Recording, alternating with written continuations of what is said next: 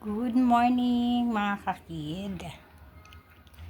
So, for today's video, gagawa tayo ng lumpiang Shanghai. Ayan. Mga hinalo-halo ko na dyan. Yung ganyan. Ayan yung lumpia wrapper. Lagyan natin ng cheese para masarap. And the ground pork. Ayan, ganyan.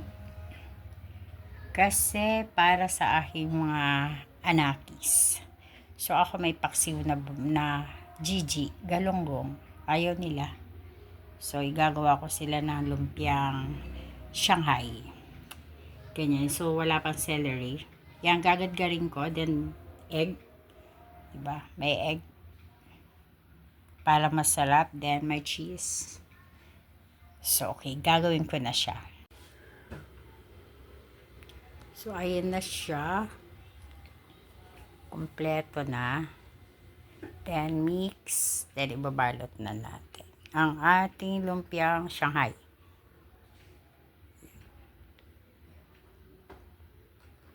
May cheese. The egg.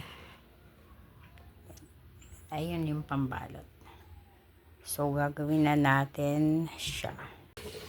Ayun na. Na-mix na natin siya. So, babalutin na natin siya. 12 na. So, matatapos siya ng oras. Lunch is 2. Late na late. So, magbalot na tayo. So, ayan na siya. Piniprito na natin siya.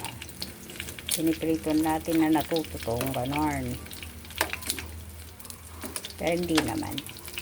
Toasted lang.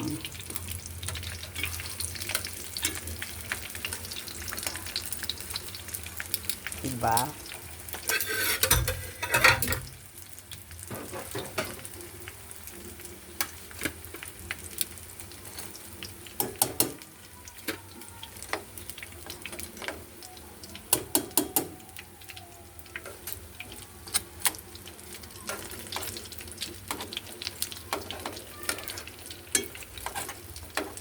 Okay.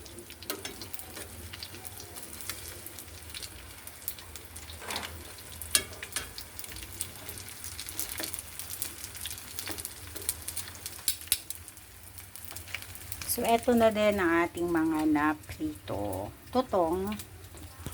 Pero pwede na. Yan.